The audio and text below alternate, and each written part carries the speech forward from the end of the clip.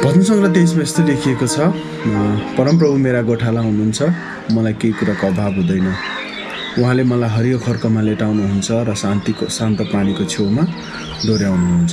साँच्चै नै हाम्रो परमेश्वर असल कुरा दिएर तृप्त पार्नुहुन्छ अनि जो हाम्रो गोठाला हुनुहुन्छ अनि आज त्यो गोठालोले तपाईँ र मेरो निम्ति भन्दै हुनुहुन्छ, तेरो निम्ति कुनै कुरा अभाव हुँदैन, किनकि उहाँ हाम्रो गोठालो हुनुहुन्छ है। प्रभु जसले चाहिँ आफ्नो सम्पूर्ण कुरा हाम्रो निम्ति दिएर हामीलाई प्रेम गर्नुभयो अनि आज उही परमेश्वरले तपाईँ र मेरो निम्ति एउटा असल कुरा प्रावधान गरिकन भन्दै हुनुहुन्छ, म तेरो गोठालो हुँ, कुनै कुराको अभाव हुन दिने छैन है। आजको दिन यो घोषणा गर्नुहोस्, आजको दिन यो घोषणा गर्नुहोस् कि परमप्रभु तपाईँ मेरो गोठालो हुनुहुन्छ, तपाईँले मलाई कुनै पनि कुराको कमी राख्नुहुन्न, तपाईँले मलाई कुनै पनि कुराको घटी राख्नुहुन्न, किनकि तपाईँ मेरो गोठालो हुनुहुन्छ, तपाईँ मेरो प्रोभाइडर हुनुहुन्छ अनि सबै कुरामा सहायता गर्ने तपाईँ हुनुहुन्छ।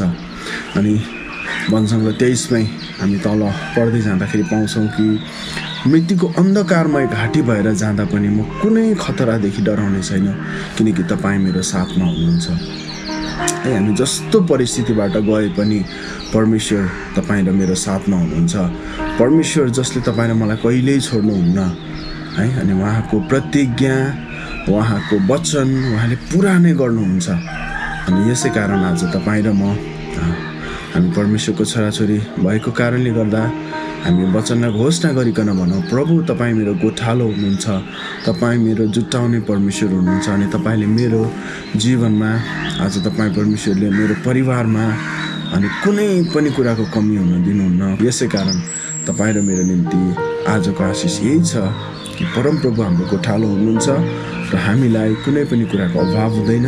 परमप्रभु हाम्रो गोठालो हुनुहुन्छ, उहाँले हामीलाई वास्ता गर्नुहुन्छ, उहाँले हामीलाई हरियो खर्कमा चराउनुहुन्छ र हामीलाई शान्त पानीको छेउमा डोर्याउनुहुन्छ। आमेन।